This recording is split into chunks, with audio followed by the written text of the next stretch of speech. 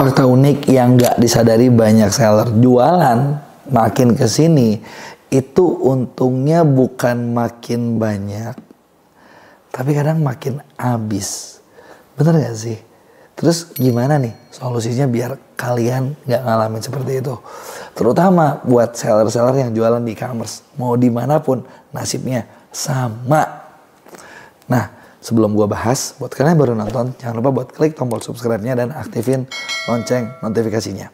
Jadi gini, ceritanya minggu lalu, nah gue ngobrol ada sama salah satu kenalan gue. Dia sebenarnya satu seller yang bisa dibilang udah sangat cukup sukses, cukup terkenal juga gitu ya. Cuman gue nggak bahas orangnya siapa, gitu ya, cukup terkenal juga. Dan intinya gini, dari obrolan curhatannya adalah kita sebenarnya lagi ada satu project bareng, di mana kita itu bikin produk, gitu ya. Produknya apa? Gua nggak spill dulu deh, nanti kalau udah rame banget nanti baru gue bahas ya. Jadi memang jujur gue tuh banyak bikin kayak apa ya, mungkin kayak produk-produk baru gitu kan. Kenapa? Dan kita cobain dengan beberapa partner gitu. Tapi kenapa gue nggak pernah mau spill apa-apa produknya? Karena gini, kalau menurut gue nanti kalau gue spill, kalau gue nanti kalah nanti lu bilang wah tuh gagal. Kalau gue nanti rame terus nanti lu bilang wah itu kan sering di-endorsein atau sering promosiin. Makanya gue gak mau spill gitu kan. Kalau udah rame, udah jadi salah satu yang terlaris, baru gue bilang. Fair dong, jadi kan, oh nih gue gak ngapa-ngapain udah jadi ya gitu kan. Caranya gimana nanti gue share gitu ya. Nah dari produk yang kita bikin bareng ini, menurut si partner gue ini, teman gue ini untungnya udah gede. Karena gini, dia biasanya jualan barang yang untungnya itu paling 20%, 30% jualan di TikTok gitu loh ya. Jadi dia cukup pelit banget soal affiliate-nya cuma 1%. Gitu kan. Karena dengan potongan ini itu menurut dia, udahlah gak usah di affiliate, gue jualan sendiri juga bisa laku gitu. Dan tokonya laku bisa dapat ratusan order, kadang ribuan order juga sehari. Gitu kan. Terus bikinlah kita barang baru. Dimana barang baru ini fair ngomong nih ya, jadi jujur. Modalnya berapa, kita jual kali 6. Wow, kesannya udah kenceng ya. Penjualannya gimana? Dalam 1 bulan pertama kita launching. 1 bulan pertama kita launching, itu kayaknya sekarang udah mau mendekati udah hampir 500, belum nyampe 1 bulan sih. Ini baru kayak 2 mingguan gitu. 500 orderan udah ada. Itu udah lumayan kenceng ya penjualannya. Gitu kan. Kita udah coba beberapa strategi yang udah kita lakuin dan terbukti berhasil. Nah, pertanyaan berikutnya. Kenapa dibilang untungnya tipis? Karena ternyata kan dia pikir logika untung kali 6, kita kali ini itu udah banyak dong untungnya. Tapi dia nggak tahu gitu, ternyata buat rame itu ads-nya harus gede, komisi afiliatornya harus gede gitu kan. Dan begitu dihitung-hitung dia bilang, gila ini kalau barang gua kayak begini, ini nggak laku nih gitu. Gua udah boncos, kok jual sekarang gini banget sih. Nah, kenapa gua mau bahas topik ini? Karena menurut gua seru. Yang untungnya kali 5 kali 6, ngerasa gila, tipis. Kebayang gak kalau yang untungnya dikit? Lu nangkep kan poin gua? Ya, oke. Nah ini yang pertama, ini yang kedua. Nah terus yang ketiga adalah, oke, kita kayak gitu nih. Emang zaman sekarang jualannya gimana sih? Gitu. Nah ini yang gua mau bahas karena ketika gua ngobrol sama dia termasuk seller lama, seller jadul yang udah punya style dari dulu. Dan gua rasa semua seller juga kalian ngalamin deh. Style basic itu kayak gini. Misalnya, gue jual barang ini, ya modal gue 20.000, gue jual 25.000. Pokoknya yang gue tahu adalah per barang keluar, gue dapat goceng. Potong ini itu boleh deh, 3.000 masih ada untung. Dan 3.000 ini gue nggak mau kurang. Kalau gue kurang, gue ngerasa boncos. Nah barang ini misalnya 40.000, gue juga udah ngambil presentasi yang sama gitu loh. Gue ngambil margin sekian, potong ini tuh pokoknya gue mau minimal 15% deh. Kalau ini 40.000, 6.000 deh untungnya. Nggak boleh kurang, karena kalau kurang, boncos. Bener ya? Ini kan yang sering kalian ngomongin kan. Kalau kalian misalnya ngomong, aduh gue boncos terus nih. Gila potongan platform sadis nih. Gila ini begini nih. Gila ini begitu nih. Bener? Selalu seller tuh mikirnya kayak gini. Jadi kalau misalnya gue jual satu, ini gue dapat berapa tadi? 3.000, ini 6.000. Kalau gue jual 1.000, gue gak mau tahu. Gue harus dapat 3.000 kali 3 juta. 6.000 kali 3, 6 juta. Kalau gue jual 10.000, gue juga kagak mau tahu. Pokoknya harus sekian. Kecuali dibeli partai. Ya kan, partai sekali jalan, oke lah, gue mau nego. Tapi kalau satuan, gue gak mau. Gue maunya gini aja. Bener gak? Nah ini prinsip dagang orang dulu yang kayaknya sampai sekarang masih nyampel. Bener gak? Nah cara ini sebenarnya ketika lu terapin itu beda banget sama cara jualan e-commerce zaman sekarang. Karena prinsipnya itu udah gak kepake lagi. Kenapa gue bilang gak kepake?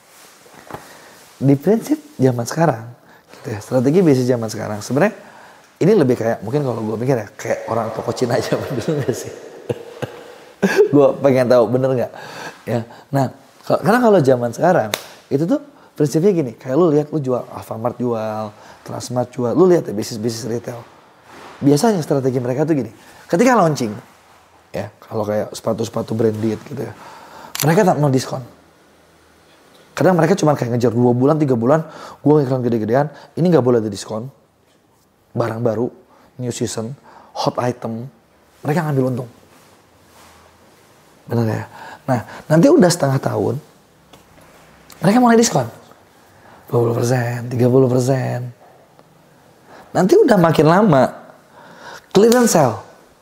Kenapa? Karena barang barunya muter cepet banget. Itu kalau fast fashion model, bisnisnya kayak gitu. Bener ya, ada yang caranya itu kayak ada untung, tengah, rugi. Nanti dihitung untung. Nah, ada lagi model kedua. Model kayak bisnisnya supermarket. Ada barang-barang yang lo tau gak sih kayak IKEA semua ngelakuin ini.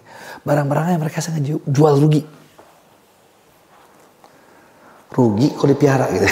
Dan ruginya gede-gedean. Dijual rugi gila-gilaan. Buat apa? Buat orang datang. Ketika orang datang, disitulah mereka kesempatan jebret jual barang-barang lain, ada rugi, ada untung. Di total untung juga ujung-ujungnya. Bener? Nah sekarang apa yang dilakuin di e-commerce zaman sekarang? Apakah yang pertama, apakah yang kedua, ataukah gabungannya? Kalau gue lihat di e-commerce sekarang sebenarnya strategi bisnisnya tuh gini. Mereka ada yang lu memang dibikin buat traffic driver. Dan lu harus bisa upsell.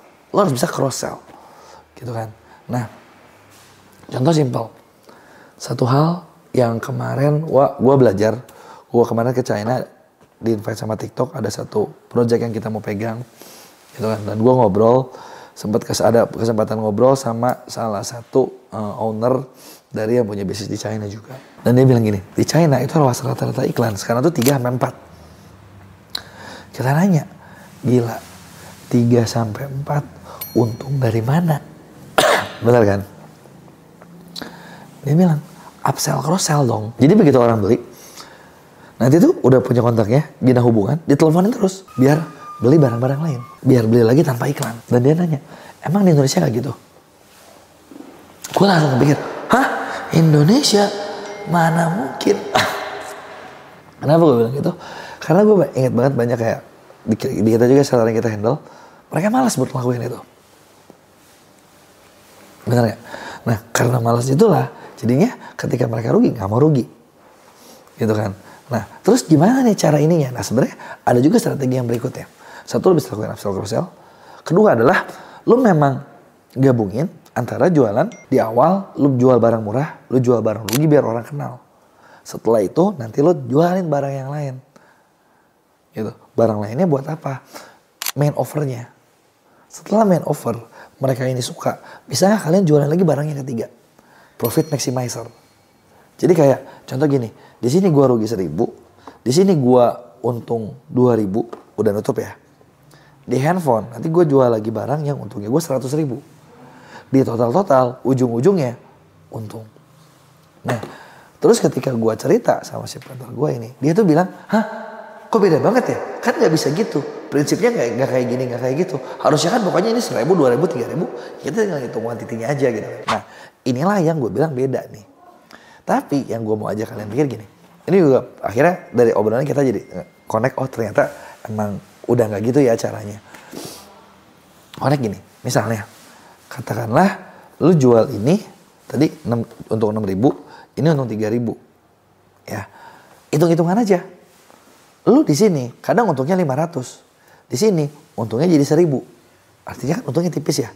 Tapi kalau ini kejual 1 juta piece dan ini cuma kejual 1.000 piece, kira-kira mana yang untungnya lebih banyak?